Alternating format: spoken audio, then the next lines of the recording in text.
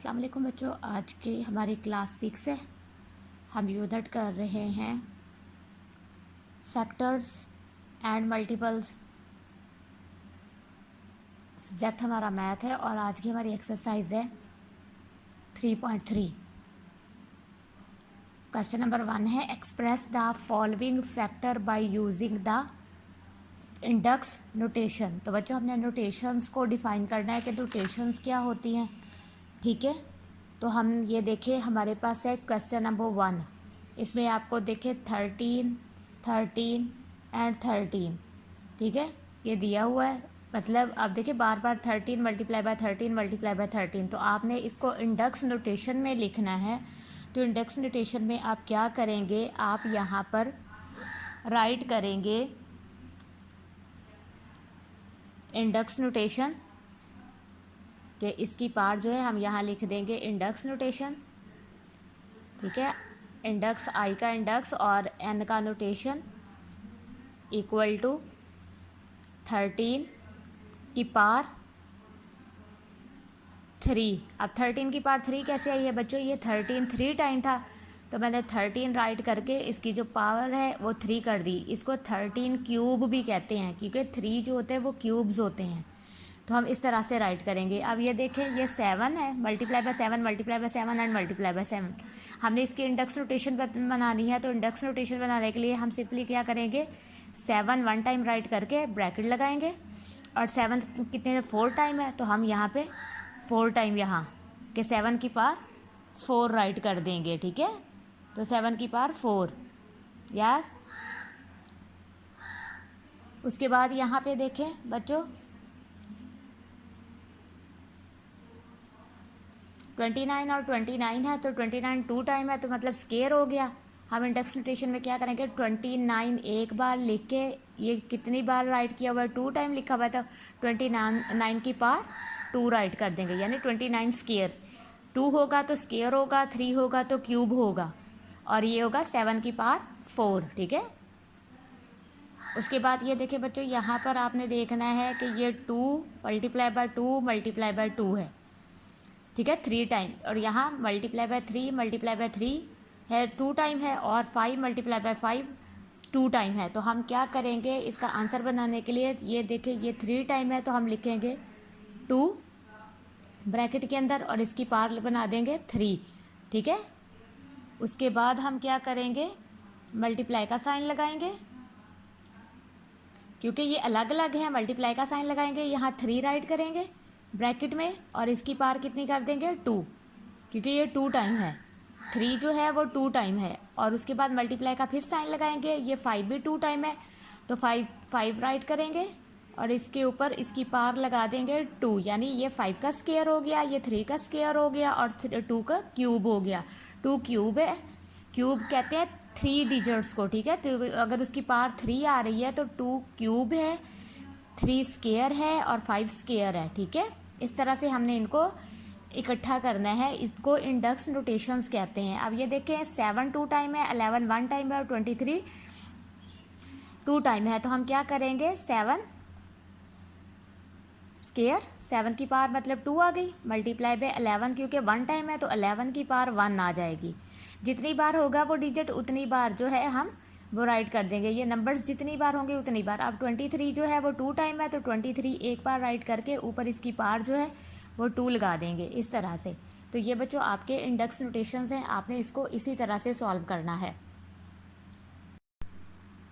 अब है बच्चों क्वेश्चन नंबर 3.3 का क्वेश्चन नंबर 2।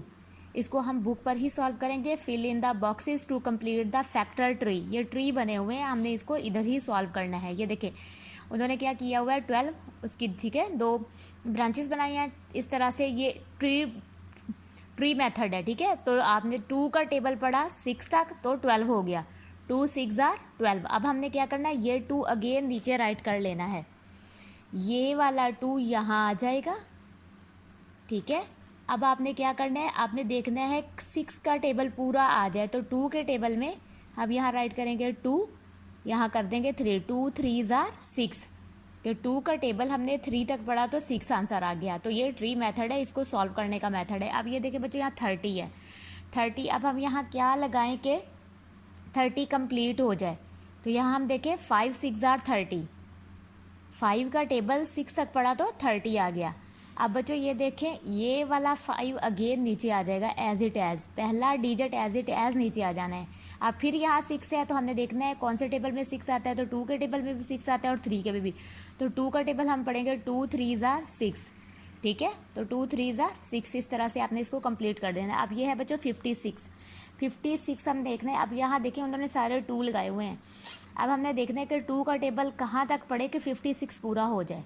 तो देखिए 2 का टेबल 2 तक पढ़ेंगे तो 4 हो जाएगा, 2 2 आर 4, ठीक है। वहाँ यहाँ से 4 ख़त्म हो गया, 1 कैरी इधर आ जाएगा, ये 16, 2 8 आर 16, तो यहाँ 28 आ जाएगा, ठीक है। आप डिवाइड करके भी देख सकते हैं कि 2 के टेबल में 56 को डिवाइड करें तो 28 आएगा, वो 28 आपने यहाँ लगा देना है।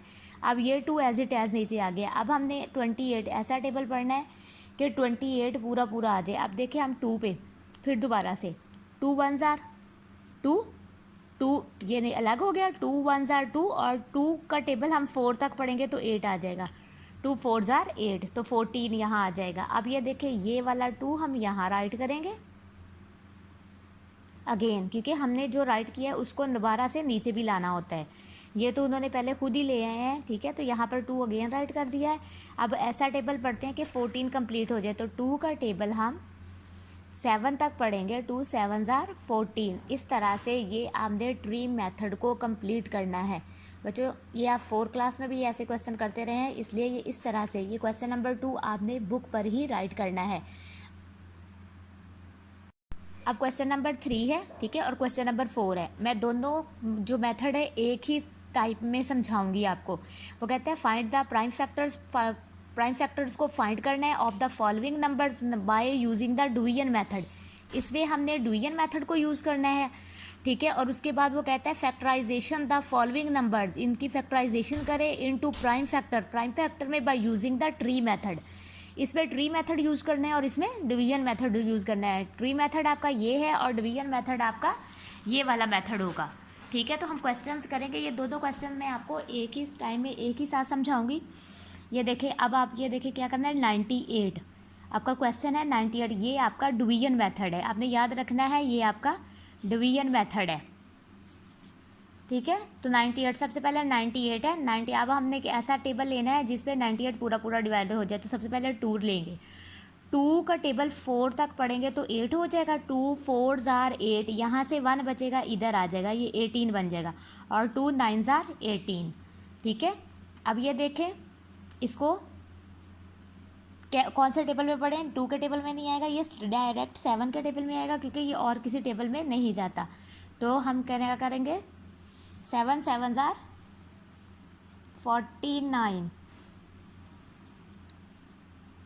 7 7 आर 49, और फिर हम ये देखें दोबारा से करेंगे 7 1 आर 7। तो आपके ये 98 के जो प्राइम फैक्टर्स हैं ये आपके बच्चों प्राइम फैक्टर्स हैं, ठीक है। तो 98 के प्राइम फैक्टर्स बनेंगे, 98 हम राइट करेंगे इक्वल टू इसके प्राइम फैक्टर्स लिखेंगे 2 मल्टीप्लाई बाय 7 मल्टीप्लाई बाय 7।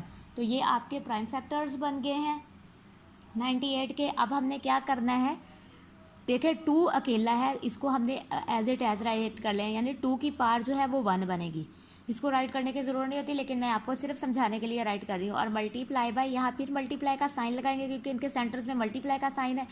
ये 7 जो है 2 टाइम है, इसको हम राइट कर लेंगे 1 टाइम यहाँ, और इसकी पार जो है वो 2 बना देंगे, यानी 2 का स्केयर।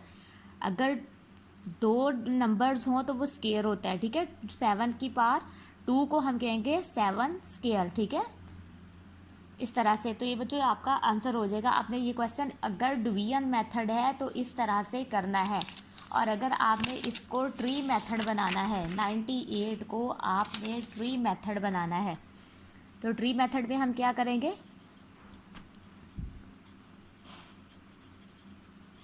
ये आपको सिर्फ आसानी से समझाने के लिए कि अगर आपको ट्री मेथड नहीं बनाना आता तो आप सबसे पहले क्या करेंगे, 98 यहाँ राइट कर लेंगे, ठीक है, इस तरह से।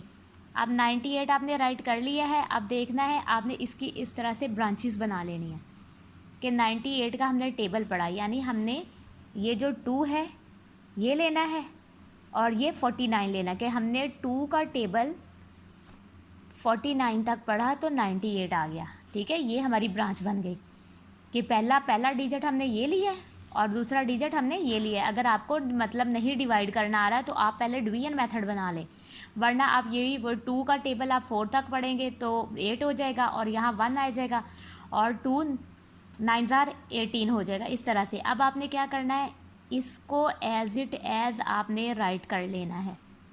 ठीक है, और इसकी आपने 2 ब्रांचेस बना लेनी है, क्योंकि अब हमने इसको डिवाइड करना है ना, इसकी आपने 2 ब्रांचेस बना लेनी है। अब आपने 49 का टेबल पढ़ना है, या तो आप ये देख लें ये वाला 7 और ये वाला 7 लेना है, यानी आपने इस तरह से लेना होता है, ये सिर्फ आपको समझाने के लिए।